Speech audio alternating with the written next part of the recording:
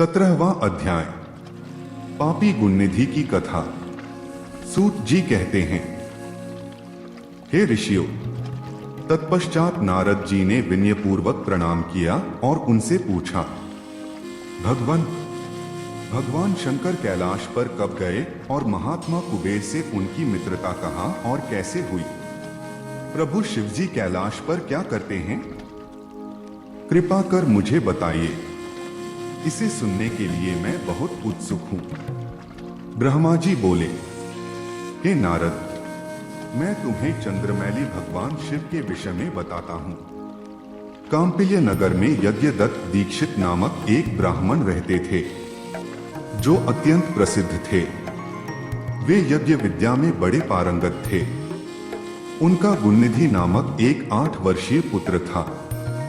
उसका यज्ञोपवीत हो चुका था और वह भी बहुत सी विद्याएं जानता था, परंतु वह दुराचारी और जुआरी हो गया।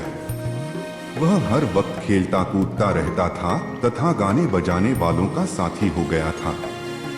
माता के बहुत कहने पर भी वह पिता के समीप नहीं जाता था और उनकी किसी आज्ञा को नहीं मानता था। उसके पिता घर के कार्यों तथा दीक्षा आदि देने में लगे रहते थे। जब घर पर आकर अपनी पत्नी से गुणनिधि के बारे में पूछते तो वह झूठ कह देती कि वह कहीं स्नान करने या देवताओं का पूजन करने गया है। केवल एक ही पुत्र होने के कारण वह अपने पुत्र की कमियों को छुपाती रहती थी। उन्होंने अपने पुत्र का विवाह भी करा दिया। माता नित्य अपने पुत्र को समझाती थी। वह उसे यह भी समझाती थी कि तुम्हारी बुरी आदतों के बारे में तुम्हारे पिता को पता चल गया तो वे क्रोध के आवेश में हम दोनों को मार देंगे। परंतु गुणनिधि पर मां के समझाने का कोई प्रभाव नहीं पड़ता था। एक दिन उसने अपने पिता की अंगूठी चुरा ली और उसे जुए में हार आया।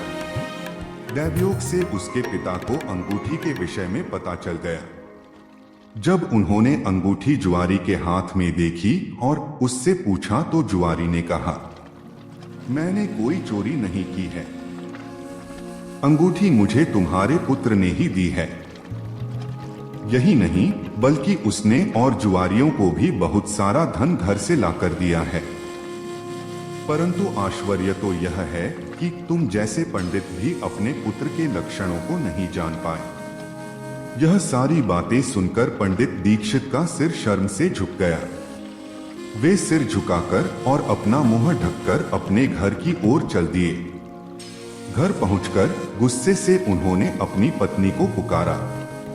अपनी पत्नी से उन्होंने पूछा, तेरा लाडला पुत्र कहाँ गया है? मेरी अंगूठी जो मैंने सुबह तुम्हें दी थी वह कहाँ है? मुझे जल्दी से दो। पंडित की पत्नी ने फिर झूठ बोल दिया, मुझे स्मरण नहीं है कि वह कहाँ है। अब तो दीक्षित जी को और भी क्रोध आ गया। वे अपनी पत्नी से बोले, तू बड़ी सत्यवादिनी है, इसलिए मैं जब भी गुणनिधि के बारे में पूछता हूँ तब मुझे अपनी बातों से बहला देती है।